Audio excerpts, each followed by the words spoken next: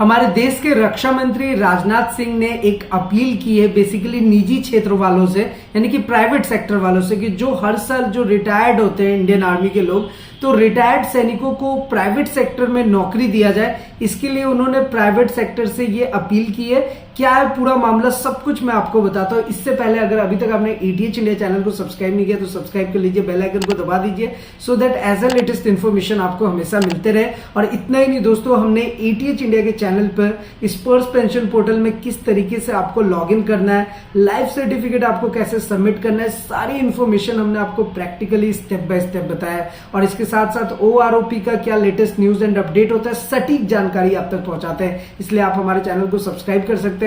और फिलहाल रक्षा मंत्री जी ने क्या कहा है, कैसे ये सारी चीजें होंगी, सब कुछ मैं आपको स्टेप बाय स्टेप बताता हूँ। देखिए क्या है ना दोस्तों, कि बेसिकली हर साल देखा जाए तो हमारे जो सैनिक हैं वो हर 35 से 40 साल की उम्र में हर साल वो रिटायर्ड होते हैं और इनकी संख्या हमेशा बढ़ती जा रही है। तो ये जो 35 से 40 साल के बीच में जो रिटायरमेंट ले लेते हैं, तो उसके बाद उनके पास कोई ऑप्शन नहीं होता है कि वो जॉब्स के लिए जा सके, क्योंकि अभी का अगर टाइम देखा जाए तो गवर्नमेंट सेक्टर में तो जॉब आपको पता ही है कि बहुत ही मुश्किल है। इसके साथ साथ इसलिए राजनाथ सिंह जी ने प्राइवेट सेक्टर वालों से ये अपील किया है कि उनके ऊपर ध्यान दिया जाए और जो 30 से 40 साल की उम्र में रिटायरमेंट पे आ जाते हैं तो उनको कम से कम प्राइवेट सेक्टर में जॉब मिले, तो वो अपने परिवार का जो आज की महंगाई भत्ता है, आप देख रहे हैं कि महंगाई किस तरीके से बढ़ रहा है, ताकि उनको वो अपने परिवार को चला सके। तो यहाँ पर मेन जो कंटेक्स्ट था वो यही था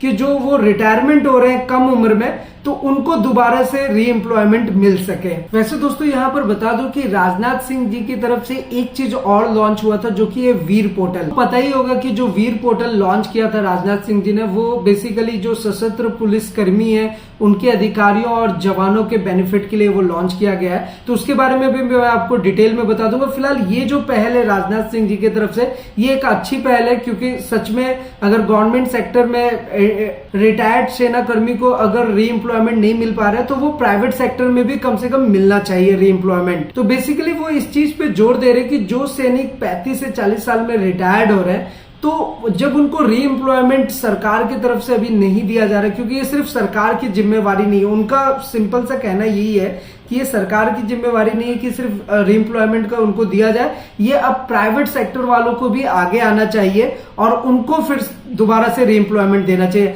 वैसे दोस्तों आपको पता ही होगा कि आज के टाइम पे बहुत सारे हमारे जो गवर्नमेंट की चीजें हैं वो अब प्राइवेटाइज हो रही है, यानी कि प्राइवेट को सेल किया जा रहा है। तो इसलिए ये चीजें कही जा रही है कि जो आपको अगर री एम्प्लॉयमेंट देना है तो प्राइवेट सेक्टर से दिया जाए। वैसे आपकी इस पर क्या राय है वो आप हमारे साथ नीचे कमेंट में शेयर कर सकते हैं। और ये बात तो बिल्कुल सच है कि अगर जिस देश में राष्ट्रीय सुरक्षा अगर आपका अच्छा नहीं है तो वो देश अगर देखा जाए तो कॉर्पोरेट इंडस्ट्रीज या किसी भी चीज में वो आगे नहीं बढ़ सकता।